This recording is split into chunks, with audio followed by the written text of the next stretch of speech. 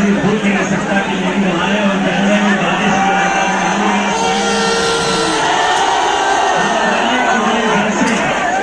कितने जलसे हम करें, लेकिन ये मंजर पर जिंदगी में कभी कोई भूल सकता है।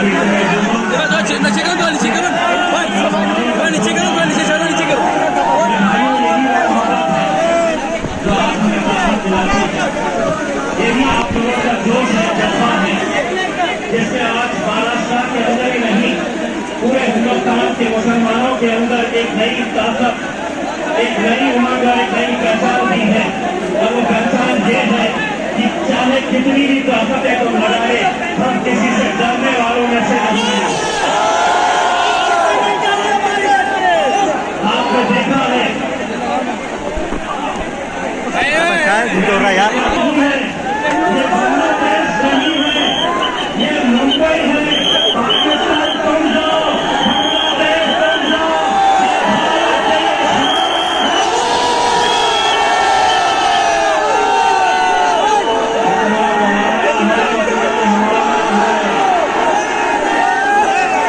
ये जमीन किसी के पास की जागीर नहीं है। हुकूमतें आएगी, हुकूमतें जाएगी। नहीं भाई, उधर तो पीछे कैमरा वाले को दिक्कत हो रहा है, ऊपर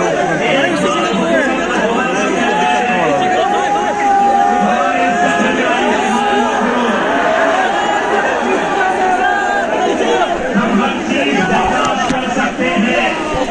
हमारे नबी करीम सल्लल्लाहु अलैहि वसल्लम के खिलाफ गुस्ताखी किसी सूरत में बर्दाश्त नहीं की जाएगी। अभी तो सिर्फ एक बार दिखाए थे, अगर इसके बाद भी तो के रवैये के ऊपर अड़े हैं तो चलिए हम इसको हटाना भाई, गोनी हटाना। कितना कम काफिला बोलने वाले हैं। मैं पुलिस की मदद लेकर हमें रोका था, मुझसे कहा गया कि नदी तुम निकाल नहीं सकते हैं, इसको हटाना, बोलना निकाल नहीं सकते हैं, तुम्हें परमिशन नहीं दी गई है।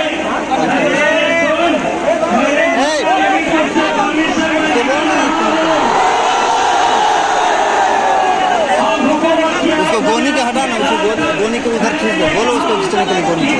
तो मैंने जब ऐलान किया कि मुंबई चलना है, तो उस वक्त मैंने ऐलान किया था कि महाराष्ट्र के इतिहास में इतनी बड़ी रैली देखी नहीं गई होगी।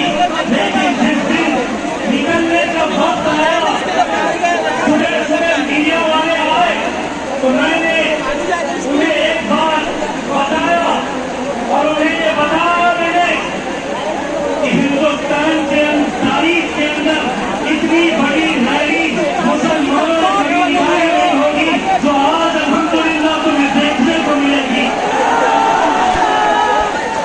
यकीन मानिए, मेरा इसमें कोई ये नहीं है। मैंने सिर्फ अपने हुजूर की मोहब्बत में, अपने नबी की मोहब्बत में और अल्हम्दुलिल्लाह काफिला बढ़ता गया। और ऐसा बना कि पुलिस वाले हमसे खुद पूछ रहे थे इसमें आए कहां से। भाई कैमरा गिर जाएगा तो देख लेना फिर। कैमरा किया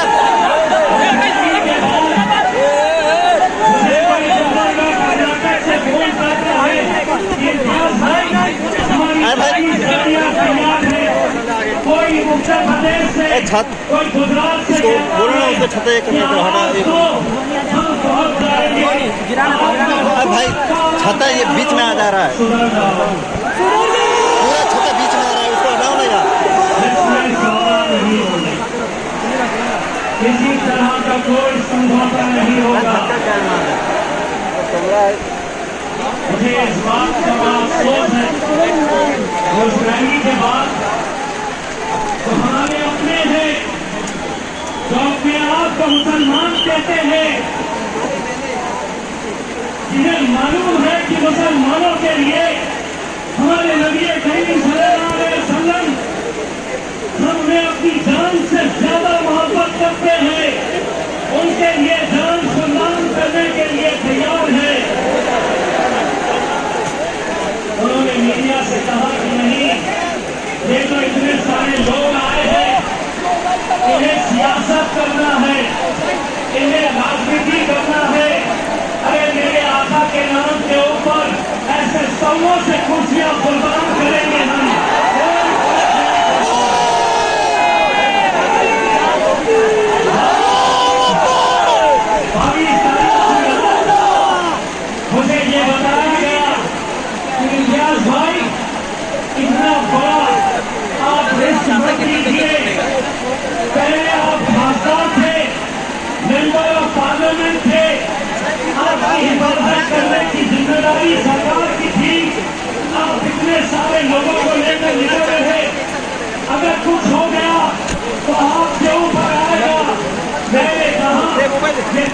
लोग चल रहे हैं, ये सिर्फ एक आवाज के ऊपर चल रहे हैं और वो आवाज यही है कि तेरा मेरा रिश्ता क्या,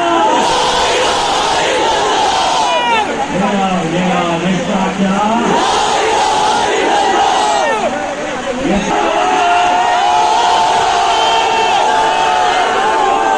कोई भी भगवा चोला पहनकर मैं साधु, मैं महाराज और हद तो ढेर हो गई। मुख्यमंत्री साहब, महाराष्ट्र के मुख्यमंत्री है, आप किसी एक जात के और किसी एक धर्म के नहीं है, मेरे भी मुख्यमंत्री हैं आप, लेकिन मुख्यमंत्री एकनाथ शिंदे कितने होशियार है मैं आपको बताता हूँ। जब ये रामगिरी ने हुजूर के खिलाफ गुस्ताखी की तो दूसरे ही दिन एकनाथ शिंदे आए, उसको बाजू बिठाया और उन्होंने कहा मराठी में तुमचा केसा नहीं हाथ जाऊ देगा नहीं, मेरे बाल को भी धक्का नहीं लगने देंगे। 2 दिन पहले मैंने उसकी तस्वीर देखी तो पता चला वो तो गंदा है।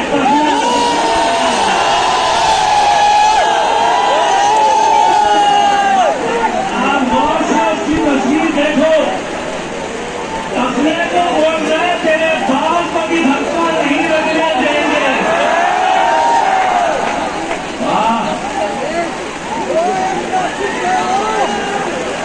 आप समझे ये और मोटा हो चुकी है, इनमें जान बची नहीं है, इनके तरफ से कोई बोलने वाला नहीं है, इनके तरफ से कोई आवाज उठाने वाला नहीं है। अरे हमने तो सिर्फ एक छोटी सी झलक दिखाई, जिस दिन दोबारा ये ऐलान करेंगे कोई इसके अंदर हम नहीं चाहते हैं कि कोई राजनीति का झंडा इसमें आए, किसी पार्टी के दर्जा के करे नहीं, लेकिन मैं इस महाराष्ट्र के और इस मुल्क के मुसलमानों से हाथ जोड़कर अपील करना चाहता हूँ, तब तक हम इस तरह बचे रहेंगे। इस हद तक बात पहुंच चुकी है कि हमारे नबी के खिलाफ भी अगर गुस्ताखी हो रही है और हम अलग अलग उससे फंसे हुए हैं। मेरे भाइयों, एक बार हैसियत के मुसलमान हमको एक ताकत बनकर खड़े रहना है। तुम रहो किस जमात में रहना चाहते, किस पार्टी के अंदर रहना चाहते हैं तुम रहो, लेकिन इस मामले के अंदर अगर एक आवाज बनकर खड़े रहे, यकीन मानिए इस कौम के अंदर इतनी ताकत है कि अच्छी अच्छी हुकूमतों को ये झुका सकती है। मेरे भाई, हमसे हमारे दूसरे कौम के लोग पूछते हैं कि आखिर आपके मोहम्मद पैगंबर मुस्तफा सल्लल्लाहु अलैहि वसल्लम आपके लिए क्या मायने रखते हैं, तो मैं उनसे सिर्फ यही कहता हूँ, हमने आंखों से देखा नहीं है मगर हमने आंखों से देखा नहीं है मगर उनकी तस्वीर सीने में बसाई है। हमने आंखों से देखा नहीं है मगर उनकी तस्वीर सीने में बसाई है। मेरे भाई, उसका दावा नहीं हुई जिंदगी के ऊपर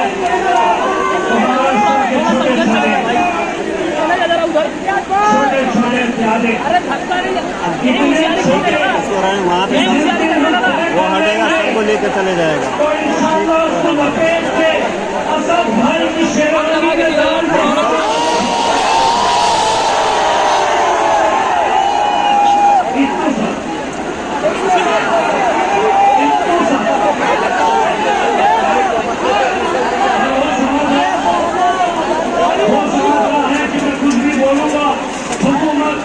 मेरा साथ देगी।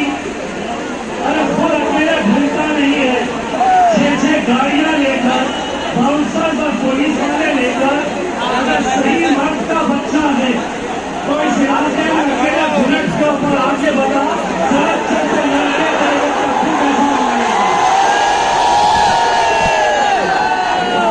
मेरे शहर में आपको देख इम्तियाज जलील अकेले बुलेट के ऊपर घूमता है।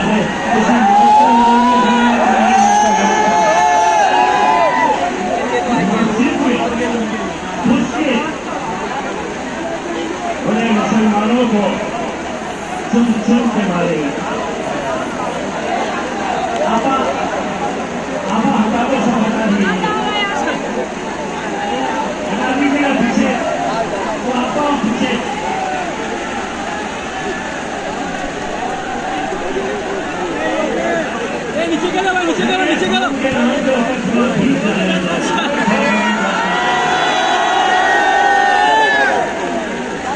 तो इस तरह के बयान होने के बावजूद भी मैं आज हुकूमत से सवाल कर रहा हूँ, क्या इस तरह का बयान अगर हमारे मुंह से हमारी जबान से निकलता तो शायद ये ग्राउंड छोड़ने से पहले बाकी वर्दी वाले आके हमारे सामने खड़े हो जाते।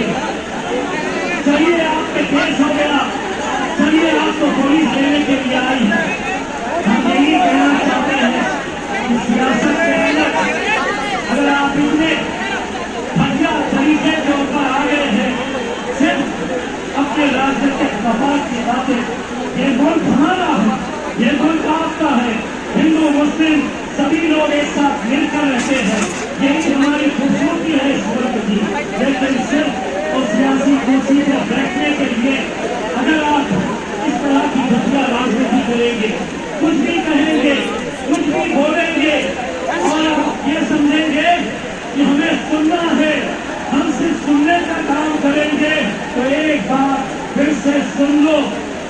एक नाथ शिंदे साहब, देवेंद्र फडणवीस, अजीत पवार, शरद पवार, उद्धव ठाकरे, नाना पटोले और बिल्लो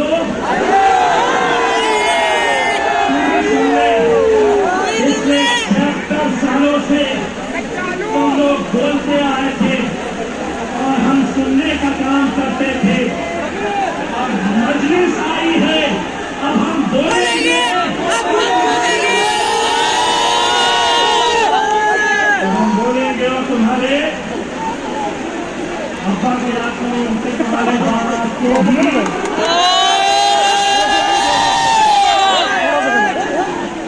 अब हम बोलेंगे और तुम्हारे चुनाव को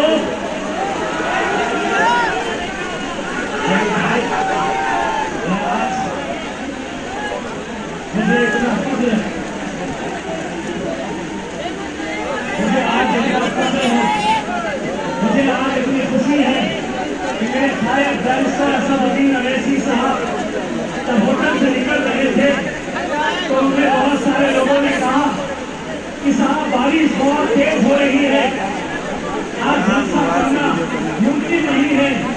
असद साहब ने पूछा कि वहाँ पे अगर 5 लोग भी होंगे, 5, तो मैं जाऊंगा, आंधी आए तूफान आए, मेरी आवाम से बात करूंगा।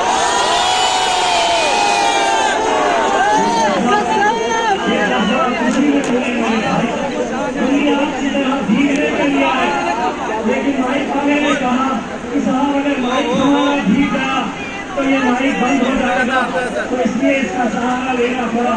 वरना ये तय कर लो, अगर आप धूप में बैठेंगे तो हम भी धूप में बैठेंगे, आप बारिश में बैठेंगे तो हम भी आपका बारिश में साथ देंगे। तो स्वयं आप लोगों से जाते जाते असद साहब को यहाँ बुलाने से पहले